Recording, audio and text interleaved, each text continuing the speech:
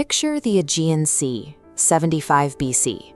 A young Roman aristocrat has been snatched from his ship by a crew of heavily armed, bloodthirsty pirates. They drag him below deck, bind him, and demand a heavy ransom for his life. By all logic, the captive should be terrified. Instead, he laughs. He openly mocks his kidnappers, telling them their ransom is insulting and actually demands they double the price on his own head. Caesar projects a calculative confidence that defies his chains. A prisoner at the absolute mercy of outlaws should be pleading, yet he commands them.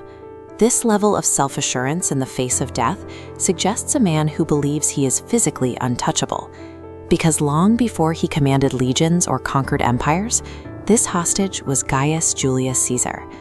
To understand the audacity of this young man, we have to look past the myth and examine the environment that forged his survival instincts. We have to go back to Rome. Our story starts in the year 100 BC. Caesar was born into a Roman republic that was already beginning to fracture. As a member of the ancient, noble Julian bloodline, he was heir to immense privilege. But the Julians carried a massive psychological weight. The family actively claimed they were direct descendants of Venus, the goddess of love and beauty. From the time he could walk, Caesar was told that greatness was his birthright. He possessed the intellect to match that ambition. He was hyper-intelligent, dangerously driven, and spent his youth rigorously studying military discipline, law, and public speaking. We get a glimpse of his drive from a famous historical anecdote. It's said that while reading the history of Alexander the Great, the young Caesar wept out of shame, realizing that at his age, Alexander had conquered the known world, while he himself had achieved nothing. Yet, despite his divine lineage and burning ambition, Caesar's belief in his own destiny collided with reality. Rome was failing. The state could no longer govern itself, let alone guarantee the safety of its young nobles. Deep corruption had paralyzed the government. The Republic was tearing itself apart, polarized by severe wealth inequality between rich elites and poor citizens. Ambitious military generals began exploiting this divide, turning politics into a blood sport. Right as this violence escalated, Caesar's father suddenly died. Practically overnight, his safety net vanished, forcing a teenage Caesar to navigate a highly volatile political landscape with sudden adult responsibilities. Then came the apex threat of his youth. A ruthless military commander named Lucius Cornelius Sulla marched his army into Rome and declared himself dictator. Sulla immediately began purging his political enemies. Because Caesar's family had ties to the opposing faction, Sulla placed the young man squarely in his crosshairs. The dictator issued a strict ultimatum: divorce your wife to prove loyalty or face the consequences. Caesar's response was wildly dangerous. He flatly refused. That single act of defiance instantly marked him for execution. Stripped of his inheritance and hunted by state assassins, Caesar fled into the wilderness. He survived as a fugitive, sleeping in different locations every night, until powerful political allies could finally pool enough money to bribe Sulla's men and secure his pardon. Caesar watched the Republic's elite flee for their lives, while Sulla dictated who lived and died. His own survival came down to a bribe and a flight into the dark. It was a brutal education. In a broken system, the law was a ghost, and the only real safety was found in the command of an army. This brings us back to the Aegean Sea. The exorbitant ransom Caesar demanded has finally been paid. The pirates release him on the coast, assuming the crisis has passed. They were wrong. Caesar doesn't flee to safety. He immediately heads to a nearby port, raises his own private naval force, and sails right back out to hunt down his former captors. He moves with terrifying speed.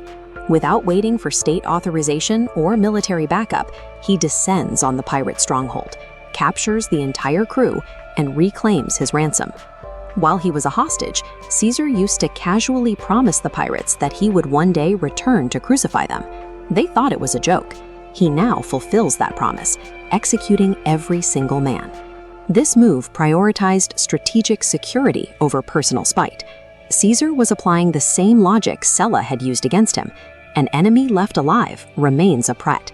The fugitive who once hid in the Italian wilderness to escape a dictator was gone. In his place stood a man completely comfortable acting as judge, jury, and executioner. The boy who once hid in the hills to escape an executioner's blade had spent a decade mastering the mechanics of force. He was no longer a victim of Rome's chaos. He was prepared to lead it.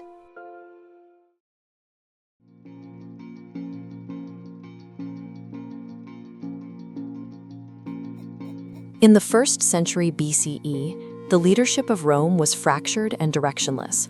While his peers competed for a temporary turn to manage the state, Julius Caesar was evaluating how to reshape the republic around himself. He was up against a rigid, exclusive political reality.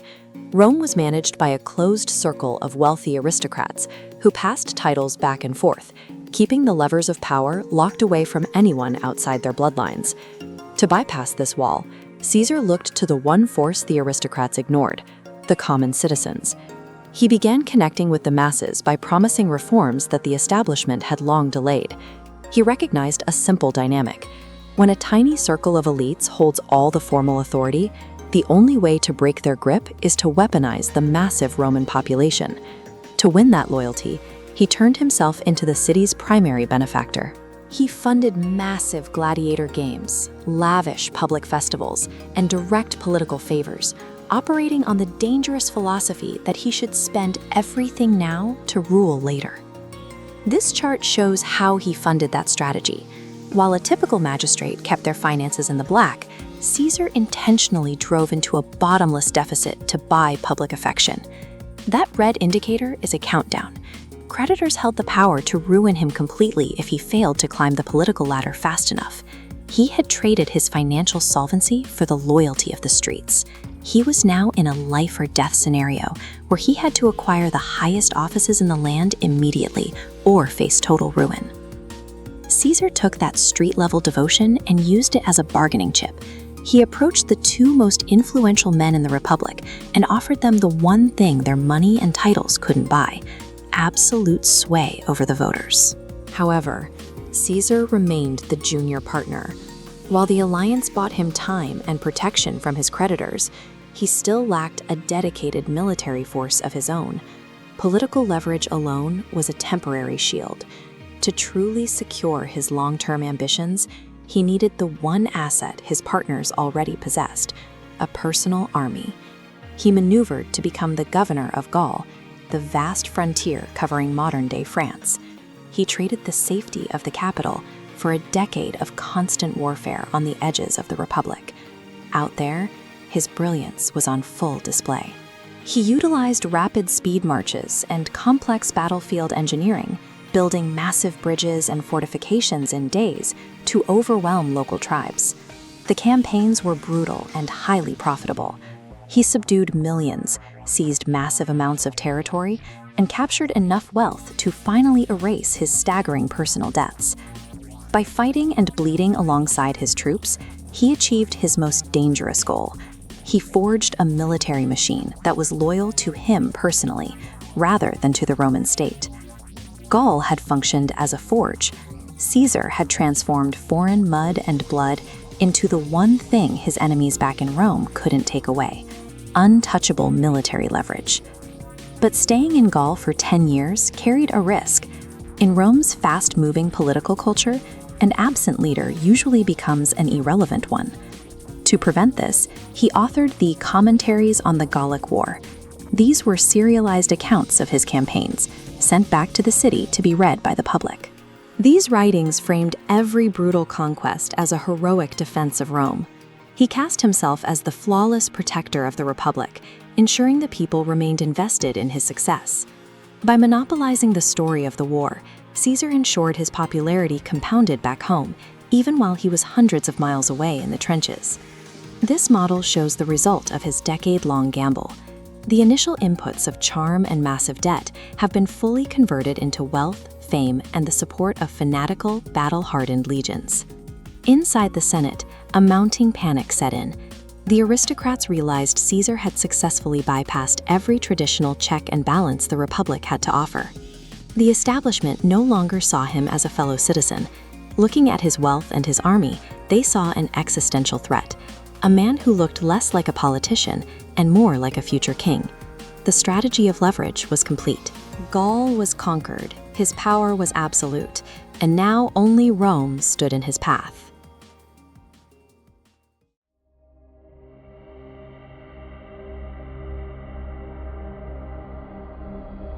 The Rubicon was a small river that marked the legal boundary between Caesar's military province and the city of Rome. The Senate had issued Julius Caesar a strict ultimatum: return to the capital alone or be declared an enemy of the state. If he obeyed, he would lose his legal immunity and his command. If he resisted, he would initiate a war against his own government. In 49 BC, he brought his soldiers to the water's edge. As he stepped into the river, he reportedly declared, "The die is cast." Moving an armed legion past this point was a deliberate act of rebellion. It shattered the existing political order and committed the Roman world to a devastating civil war. Caesar's primary rival, Pompey the Great, fled Italy to raise an army. He was eventually defeated in battle and later killed in Egypt. When Caesar returned to Rome, the political opposition was broken, and he stood as the only individual capable of wielding state authority. He was named dictator, an emergency office that he eventually formalized into dictator for life. He used this total control to push through systemic reforms. He replaced the chaotic Roman timekeeping with the Julian calendar and implemented massive debt relief for the struggling populace. He distributed land to his veterans, expanded citizenship to formerly excluded regions, and pulled the functions of the government directly into a centralized administration. While these moves earned him the loyalty of the common people, the members of the Senate watched his rising influence with increasing fear. The Republic was built on the premise that no single person should ever hold permanent authority. By holding total power indefinitely, Caesar became a direct threat to the Senate's identity and survival. Inside the halls of Rome, the political elite grew increasingly paranoid. Senators were convinced that Caesar was no longer content with being dictator and was preparing to formalize his rule as a monarch. To prevent this, a small group of powerful senators began meeting in secret to plan a coordinated assassination. The plot was organized by men within Caesar's inner circle, led by Marcus Junius Brutus and Gaius Cassius Longinus.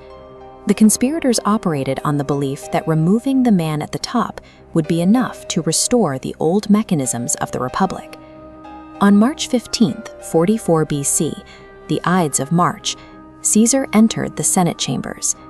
Dozens of senators suddenly moved in, closely surrounding him on all sides under the guise of presenting a formal petition. He was stabbed multiple times by the very men he had pardoned during the Civil War, eventually falling to the floor in front of the Senate. The killers stood over the body and declared they had liberated Rome from a tyrant. But removing a dictator does not necessarily restore a democracy, especially when the underlying institutions are already broken. This violent act did not achieve the goals the conspirators intended. With Caesar gone, the fragile peace he had maintained collapsed inward, creating a void that no single senator was strong enough to fill. Instead of freedom, Rome was thrust into a new decade of civil war, as various factions fought for control of the state. The conflict eventually ended with the rise of Caesar's adopted heir, Augustus, who successfully consolidated the absolute power the Senate had tried to dismantle.